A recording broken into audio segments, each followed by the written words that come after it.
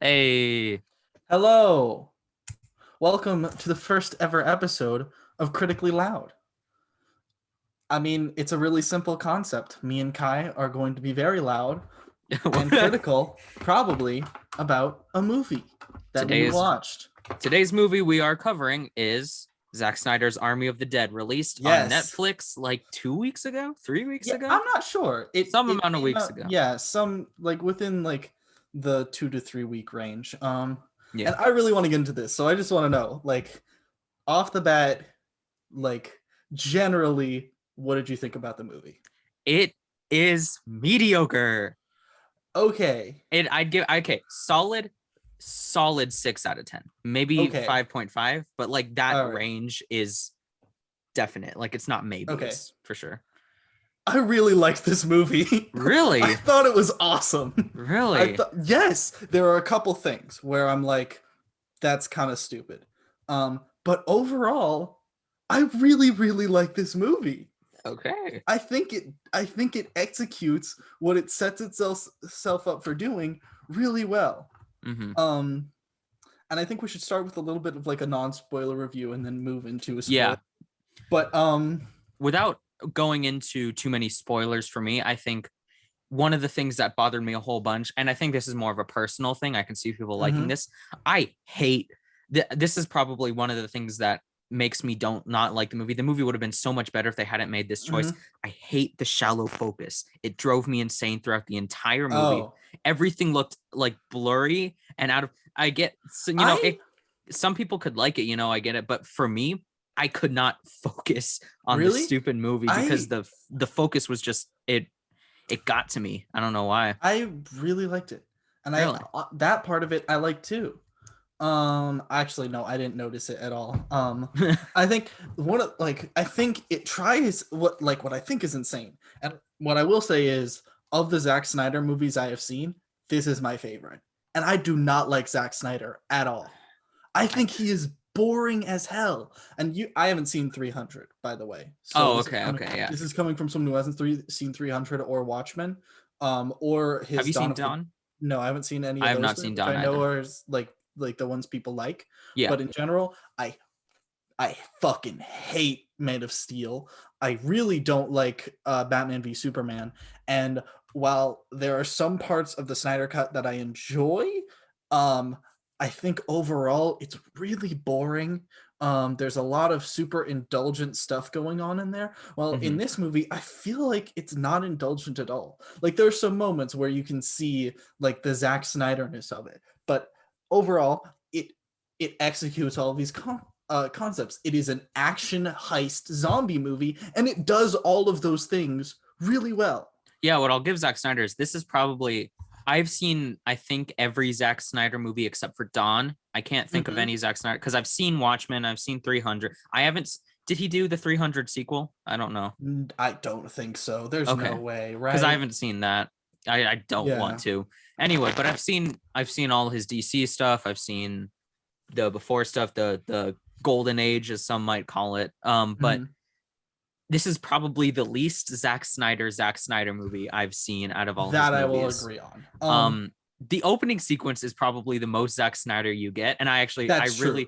I really, really like the opening The sequence. opening sequence is great. It And shows then off the best parts of Snyder, like this, like because he's very style over substance kind of guy. At least that's the absolutely. impression I get, And and my that is a problem, sequence that works with that.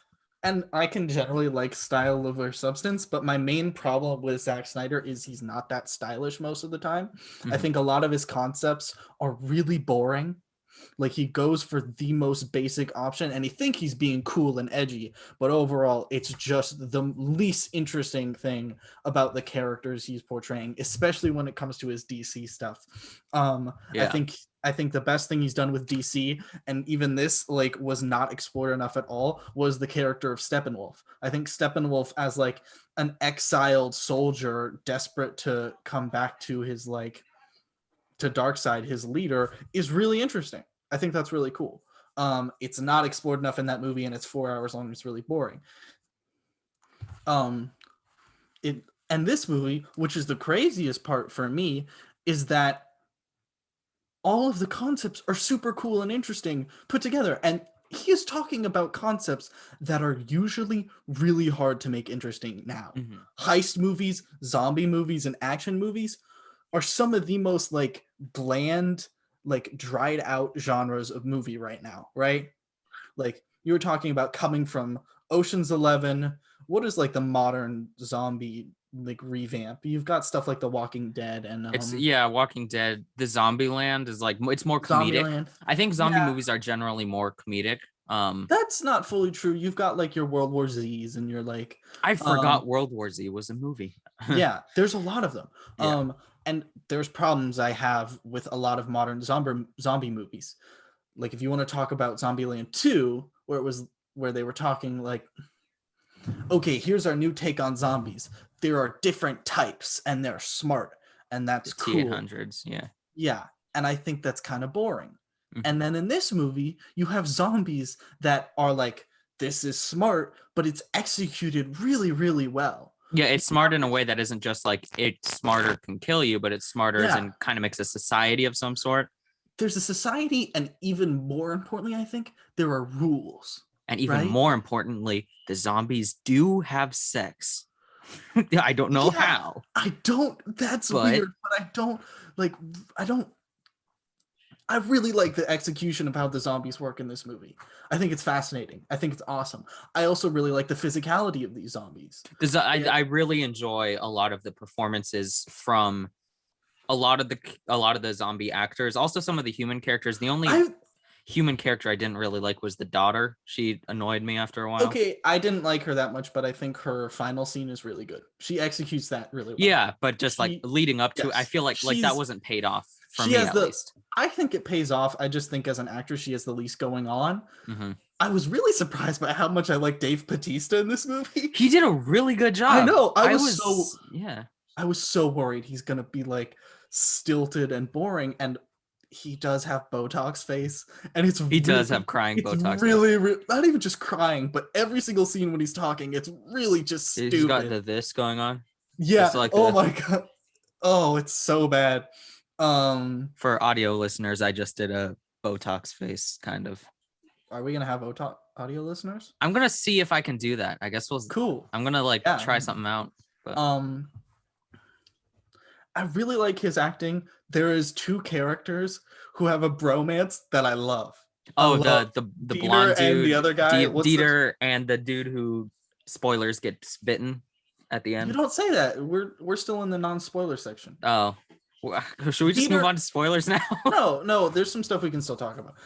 But Dieter, they have a really cool bromance that I really like, and that pays off in a way that I think goes really well, which goes that was the most emotional impact death for me. The emotional impact death, that's the other thing. I won't get too into it, but I really like the deaths in this movie. Yeah. The gore is fantastic. Not even just like the gore, but like the deaths of the main characters, excluding one stupid fucking death that I hate. I don't like it at all. I think I know. It is you I'm pretty sure you know. Because the rest of them I really like. Except for one that's like, oh, okay, there's a couple where you're like, this is kind of boring. Like one character at the very end, right before the very, very end. Do you know who I'm talking about? Who kind of just dies. Oh, yeah. I was disappointed by that because they were my favorite character of the movie easily. Yeah.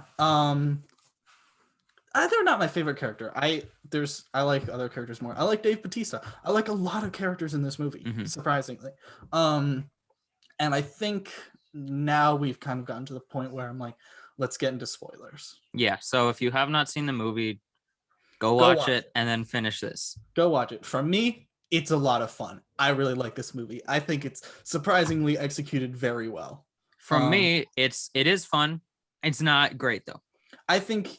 Yeah. You won't be bored while watching it. You'll definitely absolutely not. Yeah. Which is something that, like, coming from me, I don't like Zack Snyder movies because I think they're boring, and I don't think this movie is boring. The entire middle hour of the Snyder Cut for me was kind of a glaze over eyes. It made me tired. It made me groggy. Yeah. Remember you and I, when we were watching it, we were going to record a podcast episode. We were going to start the podcast earlier, starting with the Snyder Cut, but both Gus and I were just completely like wiped out after watching that movie for some reason. So it's dull in a lot of places, which sucks. Okay, let's get into spoilers. Okay. Tig great. It's incredible that she's entirely CGI throughout that entire movie. Who? The pilot. I don't know if I'm saying her name right. She's entirely CGI through that movie? It might be Tig Notaro. I don't know. But well, the whole thing is it was originally played by a different guy. He was a comedian, but then he got convicted for child molestation. Oh my God. Who was it? Horrible. I don't remember his name. I'm not going to look it up because I don't feel like that's a very important and I don't want to give him any more publicity. Yes. But so they, of course, they didn't want him in the movie. Fucking obviously, right? Anyway, so they had to do something else because now they have this entire gap in their movie, this pivotal character. You cannot have the movie without the copter pilot because otherwise everybody just dies in the nuclear blast. Should we cover like just a very basic run over the plot of the entire movie? Yeah, let me finish talking about the CGI Tig Notaro, whatever. Yes, because I'm very curious about this. I did not know this. Yeah, so what they did, and this is incredible. Weta Studios, Weta Digital. I'm pretty sure they were in charge of this. It's got like the big one, right? Yeah, I love Weta. They with every shot erased the original actor from the shot and put a green screened in Tig, whatever her last name is, and every single shot she's in, she is not. Dave Bautista has not met her yet. That's the crazy thing. Like they never were on set together, and in even some of the shots, the ones where she's in the very background, the ones where she's like very blurry because of I don't like the shallow focus, but whatever.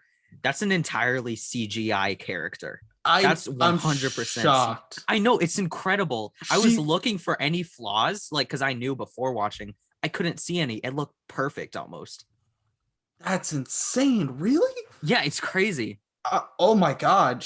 And this is not a small character. She's in this movie all the time. Yeah. She is a pivotal part of the climax. And that was the character I'm talking about, who I think their death just kind of happens and it's fine. Now, the death that I hate, there is one of the main things about this movie is that there are 3 mercenaries or like soldiers who were fighting through zombie Las Vegas before the movie starts. Yeah. And the premise of this movie is that a Japanese casino owner hires them to break back into Scorpion hires them to break into get over there. The actor is the guy who played Scorpion in the new Mortal Kombat movie. He hires them to break into a casino in Las Vegas that he owns to take, how much money is it? It's like 200 million or something like that. Yeah, $200 million, and they can bring in as many people as they want. And they go to Dave Bautista. Dave Bautista brings into 2 of his old friend mercenaries, and then they bring in a bunch of other people who go in to heist this casino. Whole crew. And things go wrong. And one of those people is a woman who's like part of this core squad. Yeah. And they seem like bros, best friends. And there's a scene a little bit past halfway through the movie where she says, I came here for you because I wanted to try and reignite our romance. I'm like, okay, that's kind of interesting. Yeah, we got into like this actual character relationship between the two. And then the next scene is they're standing in front of an elevator. Not even the next scene, it's 2 seconds later. Yeah, it's like 2 seconds later. They're standing in front of an elevator and she's like, I'm not going to let you go and go alone. He's like, thank you. And I'm like, oh no, they're going to fucking kill her. And the next 5 seconds, she's dead. It's the elevator doors open, the zombies come out, they snap her neck. It's just a normal zombie. Yeah. And he has a gun at the zombie's head for like 2 seconds. Why the fuck did he hesitate? It's the stupidest thing ever. It's a death purely for shock value. Shock value or character development or something. And it's crazy because every single other character death in this movie is awesome. Mm-hmm. Like they let every character go out like a badass.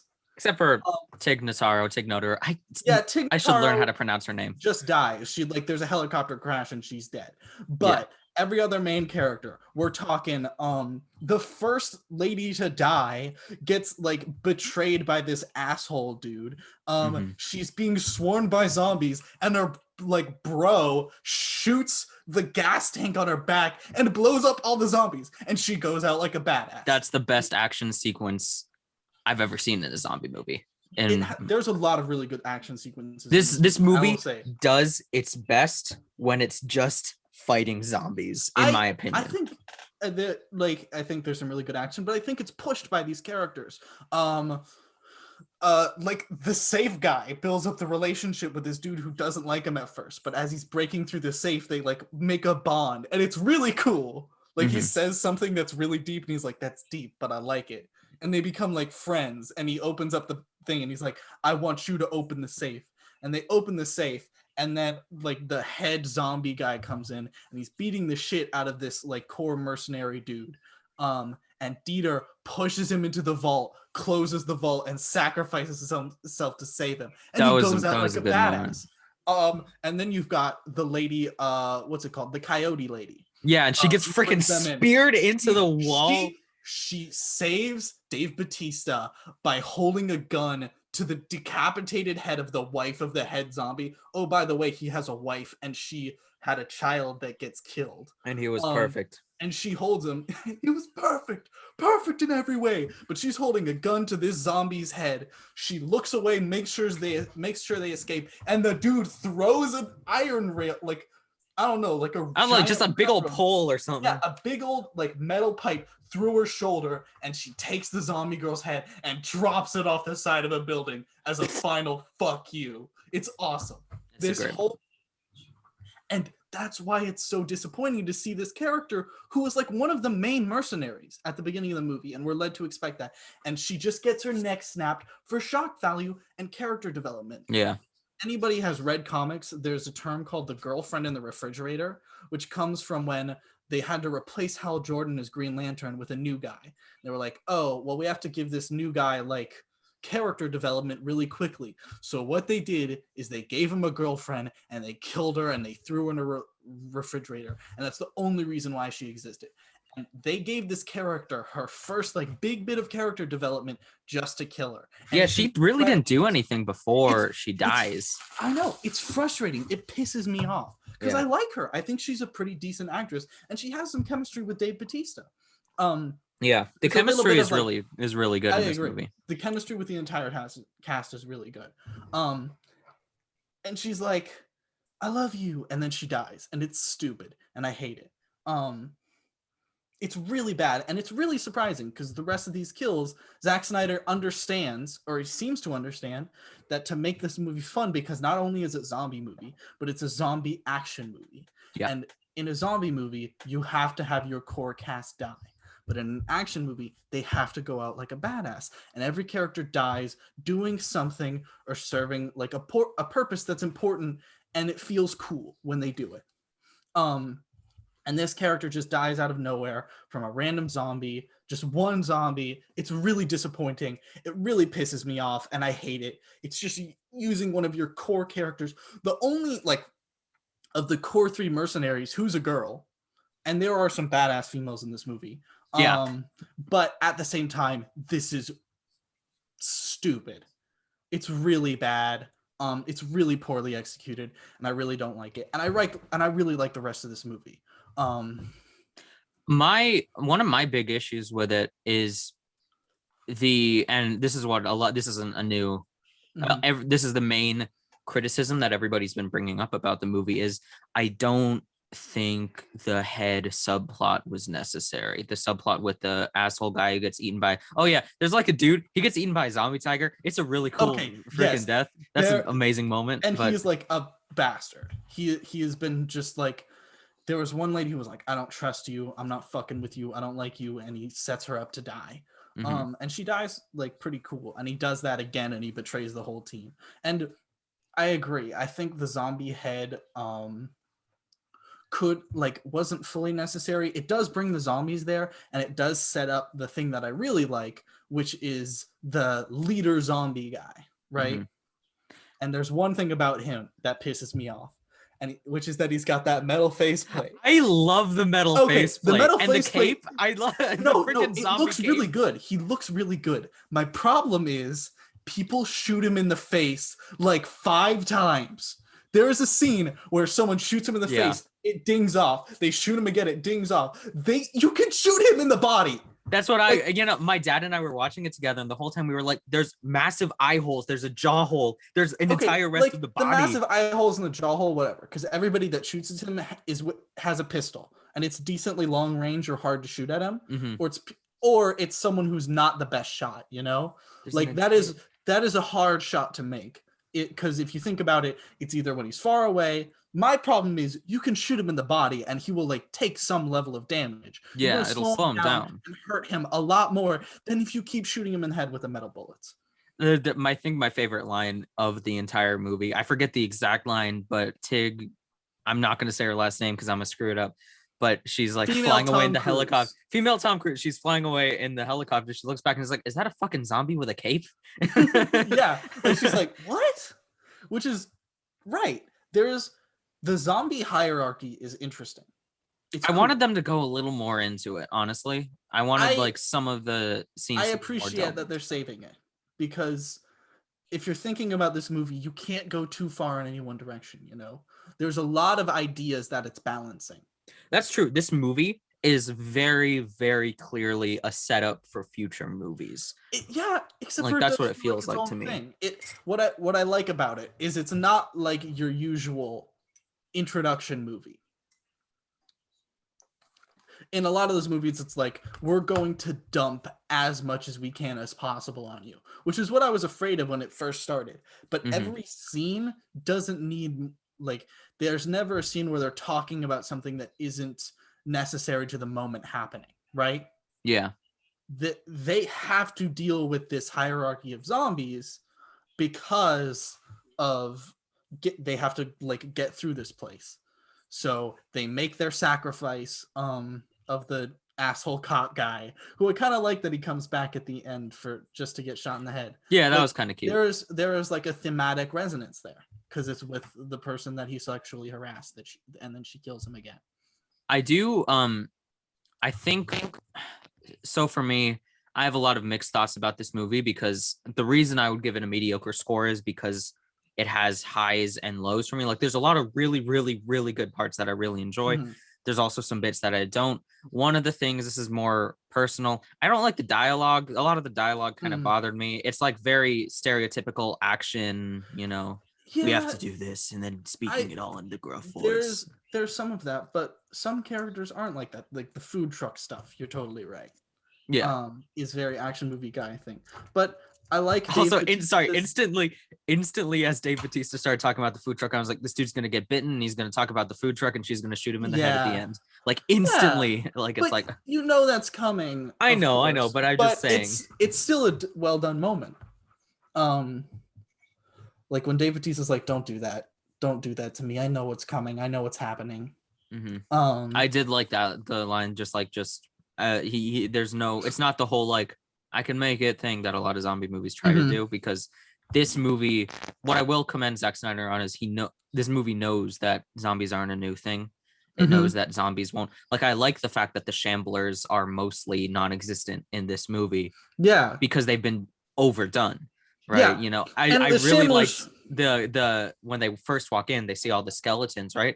And they're like, that's what left of the Shamblers, and then I love the line, like, you should see them when it rains. That I really like that, because I thought that was going to happen. I'm glad that it didn't, because that it allows other people to take advantage of moments in the future, and that's one thing we'll have to see. Yeah, there's going to be an animation series that's going to actually, Dave Bautista is going to be a voice actor in it. It's going to be like, is it a prequel? Is it like it's gonna be the first 5 minutes of the movie. That's gonna be an entire series. I'm okay with that. I'm cool with that, because honestly, I want to see more of that. That sounds awesome. I love the image of zombie Elvis getting crushed by the Vegas Eiffel Tower. That was amazing. Yes, that whole movie, that whole sequence is really good.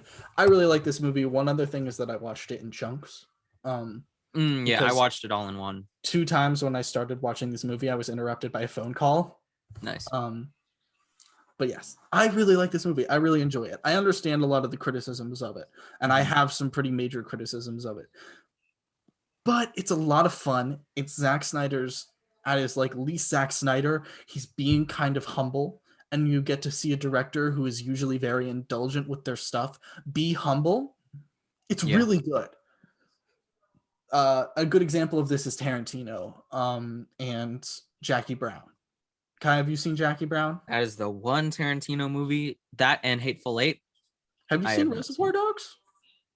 Oh, I also haven't seen Reservoir Dogs. Come on. I forgot that movie exists. How did I forget that? Like the most famous Tarantino movie is Pulp Fiction. Pulp Fiction. Yeah. Reservoir Dogs is great though. I do want to watch it. Either that or the Kill Bill movies are my favorite Tarantino. But Jackie Brown is a movie that is based off of a book. It's based off of something Tarantino didn't write, and it's his most mature film. And it's still Tarantino, but you get to see like different sides of him, and I really appreciate that. And I think you get to see a little bit of that with Zack Snyder. He's doing what he does best, and he's playing into a little bit of like the dude bro action stuff, which when done well can be fun. Yeah, because the best part of any like super macho ass action movie, and when I say that, I don't really mean like guys specifically.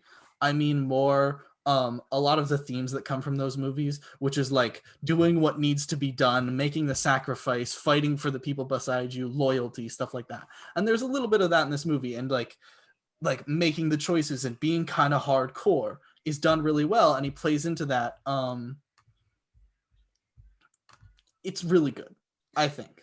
For me, okay, this is something I was talking about with my dad, I think yesterday or 2 days ago, but this movie for me felt like a Godzilla movie. And I'm gonna like go off on a tangent real quick, but and okay, wait, not just any Godzilla movie. That's way too, there's so many Godzilla movies. Specifically, the most recent American renditions of like Godzilla, King of Monsters, stuff like that.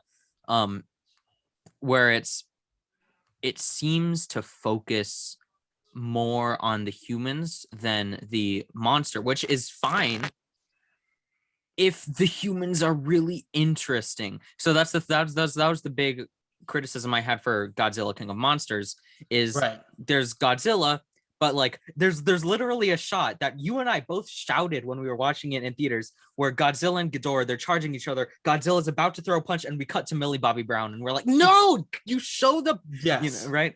So my thing about that is when you're talking about a Godzilla movie, it is a monster movie, right? You go to watch Godzilla fight. The difference between that and a zombie movie is you go to watch the people fight the zombies, and it is both an action heist zombie movie. So that is one piece, and there are parts of it that require character moments, just like you require those in a heist movie or an action movie. Those are necessary to the point of the film. You need those to keep the like plot pushing forward, where something like a monster movie is handled at its best when it's just monsters fighting. Those movies don't understand that they don't need that. People know what they're there to watch. And in a zombie movie, you need that extra push because we've gotten so many. You need to look at multiple angles and you need to handle them really well. And the zombies have good character moments. And I don't think you can really get into depth in this movie more than they did. I think you can. I would argue with that just because. What? You have the zombie leader, his wife, she gets killed. He wants revenge. He's got his pack. Do you want to get into like political dynamics? Do you want to get into like someone usurping something? Yeah, we need to have a Senate scene where the zombies all no. Like you can get into the ideas of betrayal. That should happen in a different movie. This movie has exactly what it needs, and the hierarchy is necessary to the film. There is nothing of the core ideas of the movie that isn't necessary. The action, the heist, and the zombies are all necessary because they're all within the same place. You've got to go to the safe to get the money. You've got to go through the zombies. You've got to fight the zombies.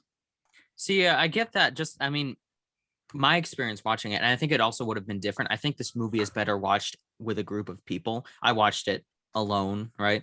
Because I was having the most fun anytime, and obviously whenever they're fighting zombies, because fighting zombies is awesome, and especially this movie does it very well.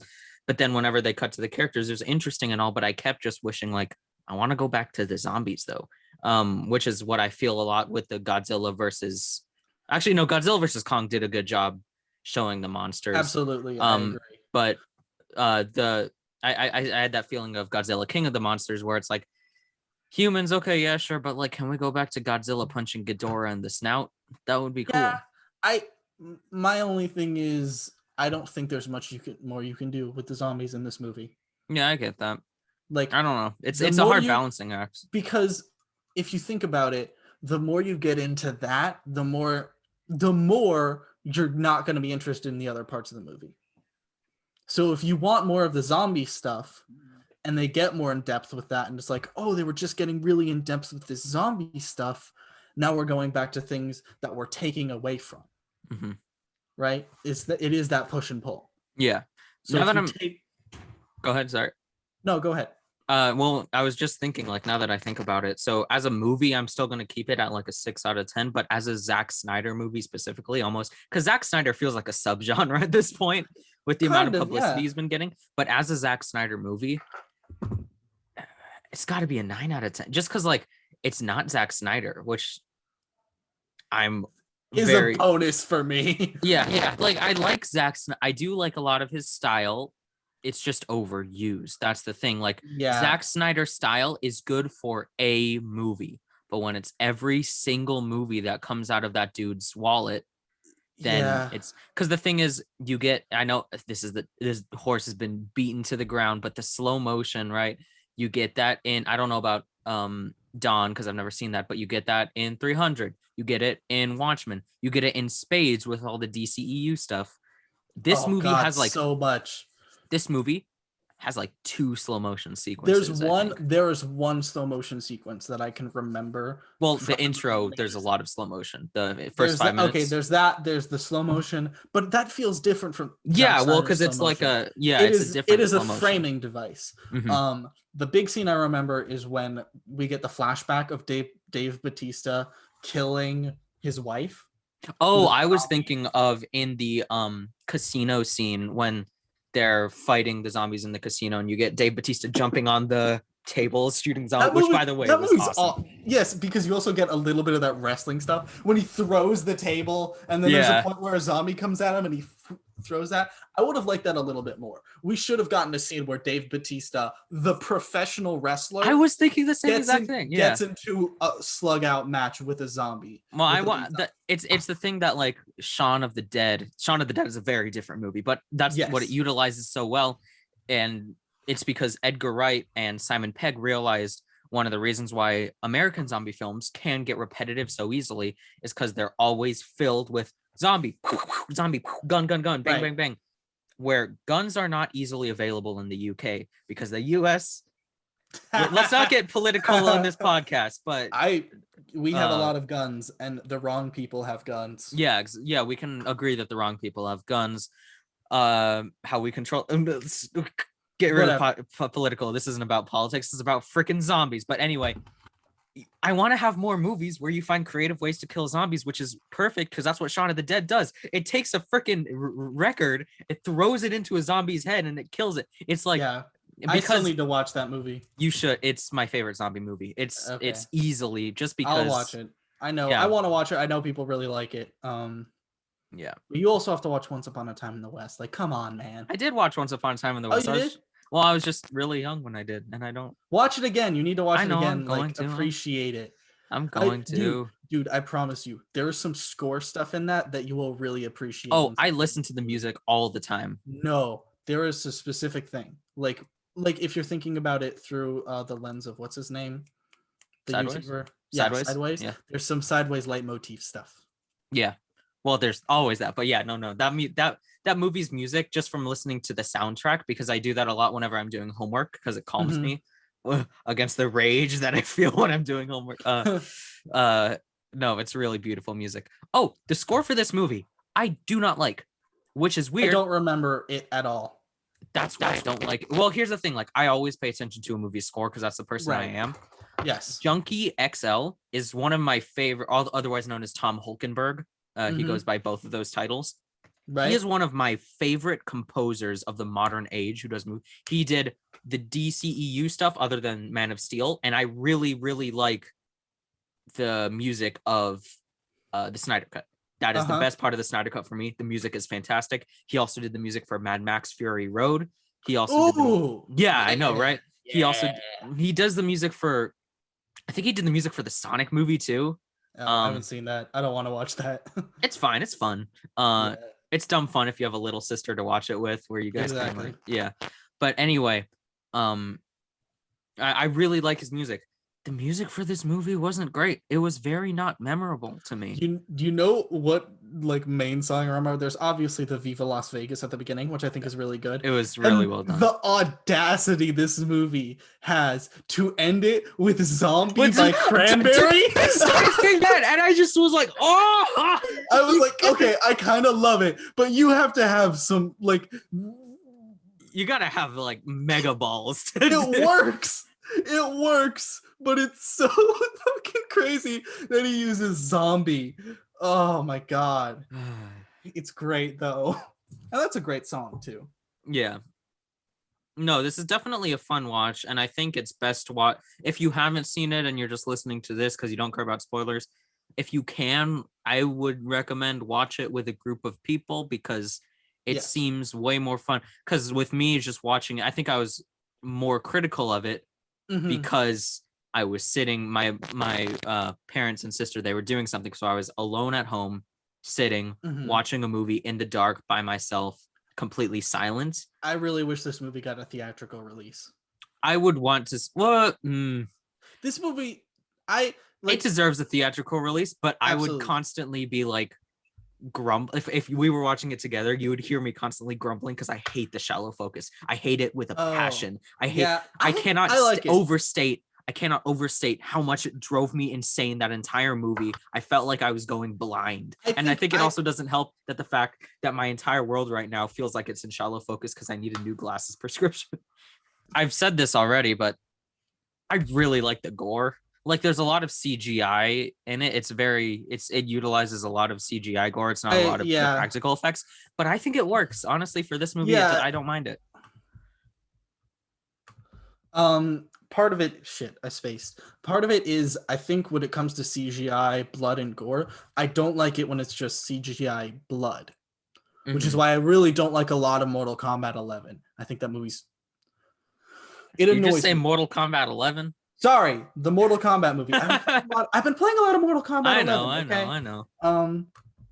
I personally like the way that blood looks, but yeah, I don't like it. I think it's goopy, and it's not dumb in the way that I think Mortal Kombat should be dumb in a fun way. I don't like that movie. We don't need to get into it. I like Kano. Kano kicks ass. Kano's my dude. I love how he diegetically says Kano wins. I know. Fucking best. I mean, there's a lot of that. Like, there's a diegetic fatality. Yeah. There's a couple of those. Victory.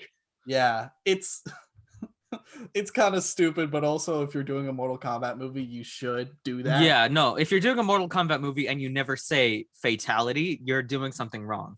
But back to my dislike of CGI blood, I like CGI gore, which is why I like this movie. Because when they use CGI, it's like a dude gets his face bitten off by a tiger, and you see his half-bitten skull, and there's like a little bit of the back of his jaw, and you're like, damn. Yeah, that was one of those moments that, like, even though I was alone, usually I'm silent when I watch a movie alone. I talk when I'm with other people. I like went, oh, like I like shouted out when like the tiger rips away parts of his face. And also there was one kill that really got me personally. I don't know why. It's always the throat stuff that messes me up. But at the very beginning, when the zombie escapes from its cage, it grabs a dude's jaw and like stretches it out. And like I was like, yeah, I had to like look away. I might have fast forwarded a little bit at the beginning. But yes, that movie's cool. I really like it. I understand your points of not liking it. But overall, I think it's really enjoyable. I think you should go watch it. If you have friends that you can watch it with, go watch it with them. Yeah. I am losing so much light in my room right now. Half my face is like gone to black. Wait, this is okay. But I think is that fan light, and it's gonna glare. I think it's definitely a fun movie. I had fun watching it, but then I just don't think as a movie I just looked directly into the camera. That was weird. As a movie itself, I don't know. Still pretty mediocre for me. Yeah. I really like whatever. We have said our opinions. I really like it. I think people should go watch it. Yeah. But character design is great. Character design is amazing. Really great. Really like it. Also, especially for the zombies. The color grade is so much better than most of Zack Snyder's color. Okay, wait. The color grade like there's actual like nice. I'm gonna beat another dead horse into the ground with this, but Zack Snyder doesn't like colors or something. I don't know. All his movies are like dumbed down. His coloring in most movies is dull, and but his coloring in this movie is a sin. Yeah, the colors in this movie are so vibrant, which it should be because it's a zombie movie in Vegas. Yeah, right. The most colorful place. And it's great. Yeah. I also think with Zack Snyder, I do like a lot of his color grades, but again, it's the thing where like I like a lot of his slow motion, but it's just the same thing every time, you know. Yes. Because like Man of Steel, there's a gray color grade, which sure. Then Batman v Superman, a gray color grade. Then the Snyder Cut, gray color grade.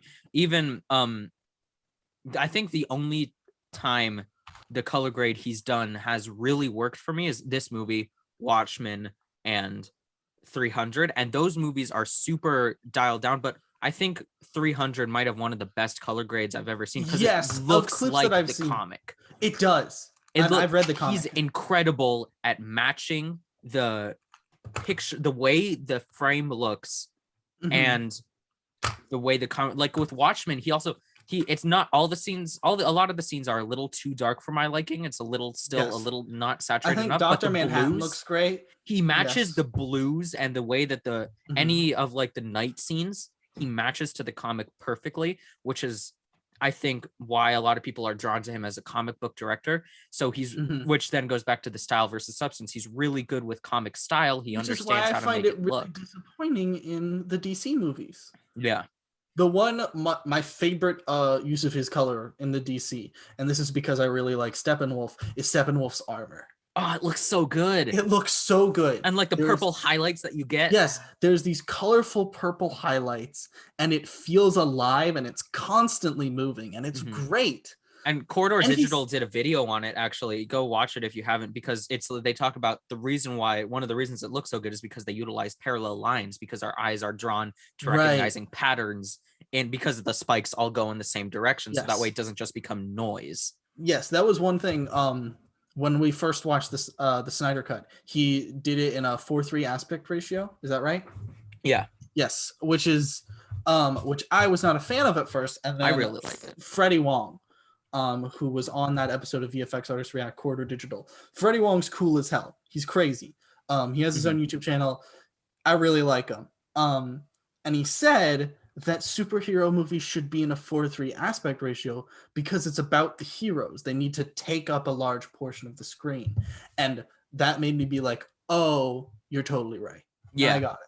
Because with the widescreen cinema ratio that a lot of movies tend to use, the heroes do look a lot smaller because since it's so wide, there's a limited amount of space you can take up because people are not that wide. Whereas if you have a more square shaped aspect ratio, it allows the entire frame of the body, the chest, the shoulders, the chest, the shoulders, and the head can all be in the frame, and it just allows them to have this more godlike stature. Also, I'm just like, I really like the 4:3 aspect ratio. I don't know why. It's a personal thing. Probably because I grew up watching shows in the 4:3 aspect ratio, because I grew up on Star Trek, and then I watched a ton of Avatar, the first season, which is 4:3. Twin Peaks, one of my favorite shows, that's 4:3. Buffy, one of my favorite shows, that's 4:3. Just a lot of, since I grew up watching mostly older television shows, which are in 4:3 aspect ratio. For me, it was a lot of like Blu-rays, full screen, big movies. That's what I watched things on. Yeah, we also had an older TV, like one of the box TVs, which are 4:3 TVs. So my dad was not about having any kind of small TV. It was actually big. You know what it was like? It was like the big one right there. Yeah, the Kachongas. Kachongas. That's my nickname for it. That's a great name for it. But yes, my dad had the reason why I watch movies and why I love movies is because he like raised us with the intention of learning movies. What does your dad think of Zack Snyder? Have you? He doesn't care about Zack Snyder. I assume so. He hates Man of Steel. We watched that movie in theaters together. He was like, that movie's so bad that even Gus, as a little kid, thought that movie was bad. I did not have great taste. A lot of when I was a kid, because I'd watched a lot of movies. Mm-hmm. And while I hadn't understood what I learned from them yet, that came later, it was kind of like building these building blocks in my head, and then going to classes and playwriting gave me the tools to kind of understand what I was learning about. Mm-hmm. So a lot of the time I was like, this looks fun, because I hadn't fully grasped everything about like what made movies good. And that movie just, it was so bad. It's so bad. You know, now that I think about it, Zack Snyder is or I guess that's for Man of Steel, that's part Chris Nolan too, because Chris Nolan helped with that one. Oh, really? Yeah, he helped do the story, which makes a lot of sense. I don't like Christopher Nolan. I like some of his stuff, but he needs editors. Like he needs editors, and he needs to fucking chill. Yeah. Like, come on, dude. But going back to what I was saying, I think Zack Snyder might be the ultimate like great concept, not so great execution type thing, because the thing is, like, a Superman movie about Superman wondering if there needs to be a Superman, cool concept. That could be a cool movie. You can't have that be the first Superman movie. Yeah, exactly. Series. It's a cool concept. Come the fuck on. It's a cool concept, but poor execution. Or and like, it's also like, what if Superman was realistic?